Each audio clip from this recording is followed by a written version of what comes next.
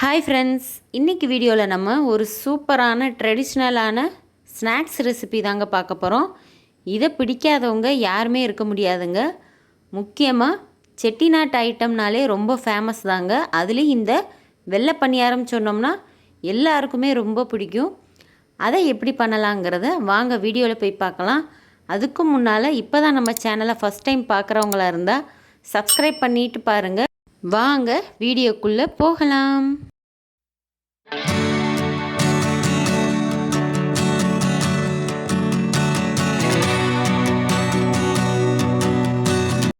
First இந்த பணியாரம் செய்கிறதுக்கு நான் ஒரு உலக்களவுக்கு பச்சரிசியை தலை தட்டி எடுத்திருக்கேங்க. அது மேலேயே கோபுரமாக இந்த மாதிரி உளுந்தம்பருப்பை நீங்கள் சேர்த்துக்கலாம். இதுதாங்க இதோட மெஷர்மெண்ட்டு. இதை நீங்கள் கப்பு இல்லைன்னா டம்ளர்னு எதை வேணாலும் வச்சு இந்த மாதிரி அளந்துக்கோங்க. நம்ம பச்சரிசியும் உளுந்தம்பருப்பையும் இப்போ நல்லா வாஷ் பண்ணிவிட்டு ஒரு 3 மணி நேரமாக ஊற வச்சு எடுத்துக்கலாங்க. இப்போது அரிசி நல்லா ஊறி வந்துருச்சு. இதை நம்ம இப்போ கிரைண்டரில் சேர்த்து அரைச்சிக்கலாம். மாவு நல்லா நைஸாக அரைக்கணுங்க. இந்த மாதிரி மாவை நைஸாக அரைச்சி எடுத்துக்கலாம்.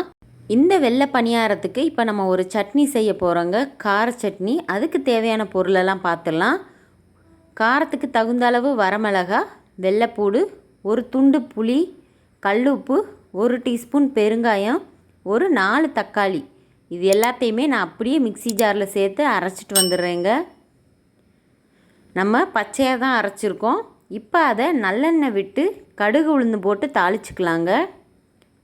கடுகு நல்லா பொரிஞ்சதும் நம்ம அரைச்சி வச்சுருக்கிற கார சட்னியை உள்ளே சேர்த்துக்கலாம். இதை நீங்கள் சேர்த்த உடனேமே நல்லெண்ணெயில் வதங்குற வாசம் சும்மா ஜம்முன்னு இருக்குங்க.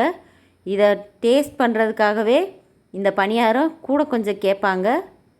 அந்த அளவுக்கு இது ருசியாக இருக்குங்க.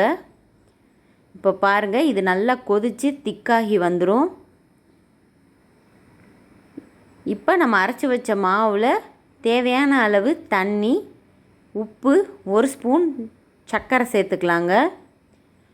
இது கூடவே ஒரு 1/4 கப் அளவுக்கு காய்ச்சி ஆற வச்ச பால் சேர்த்துக்கலாம். இது எல்லாத்தையும் சேர்த்து ஒரு முறை நல்லா கலந்து விட்டுக்கலாங்க. மாவு ரொம்ப இட்லி மாவு மாதிரியும் இல்லாமல் தோசை மாவு மாதிரியும் இல்லாமல் இந்த மாதிரி பதத்துக்கு தாங்க இருக்கணும். அப்போ தான் உங்களுக்கு பணியாரம் நல்லா புசு புசுன்னு சாஃப்டாக கிடைக்கும். இப்போ மாவு தயாராகிடுச்சுங்க. வாங்க பணியாரத்தை ஊற்றிடலாம். மிதமான சூட்டில் வச்சு தாங்க ஊற்றணும், இல்லைன்னா பணியாரம் சட்டுன்னு கருகிரும். இப்போ பாருங்கள், நல்லா புசு புசுன்னு பூரி மாதிரி நல்லா எலும்பி வரும். அவ்வளோதாங்க, வெள்ளை பணியாரம் சூப்பராக தயாராகிருச்சு. இதை நம்ம இப்போ அரைச்சி வச்ச கார சட்னியோடு சர்வ் பண்ணிடலாங்க. பாருங்கள், பார்க்கவே எவ்வளோ டெம்டிங்காக இருக்குன்னு பாருங்கள். இந்த கார சட்னிக்காக இந்த பணியாரமா இல்லை இந்த பணியாரத்துக்காக இந்த கார சட்னியான்னு தெரியாதுங்க. ரெண்டுமே அல்டிமேட்டான காம்பினேஷனில் இருக்கும். கண்டிப்பாக நீங்கள் இதை ட்ரை பண்ணி பாருங்கள். இதை காலையில் பிரேக்ஃபாஸ்ட்டாகவும் எடுத்துக்கலாம், இல்லைன்னா ஈவினிங்கில் ஸ்நாக்ஸாகவும் எடுத்துக்கலாங்க. ரொம்பவே டேஸ்டியான ட்ரெடிஷ்னலான ஸ்நாக்ஸ் தாங்க நம்ம இன்றைக்கி செஞ்சுருக்கோம். இப்போ இந்த பணியாரத்தை பிச்சு காட்டுறேன் பாருங்கள், எவ்வளோ சாஃப்டாக வெந்து வந்திருக்குன்னு. இதை நீங்கள் சாப்பிட அவ்வளோ ஆசையாக இருக்குங்க. இந்த ட்ரெடிஷ்னல் வெள்ளை பணியார வீடியோ உங்களுக்கு ரொம்பவே பிடிச்சிருக்குன்னு நினைக்கிறேன். இந்த வீடியோ பிடிச்சிருந்தா நம்ம சேனலை லைக் பண்ணுங்கள், ஷேர் பண்ணுங்கள், கமெண்ட் பண்ணுங்கள், மறக்காமல் சப்ஸ்கிரைப் பண்ணுங்கள். தேங்க்யூ.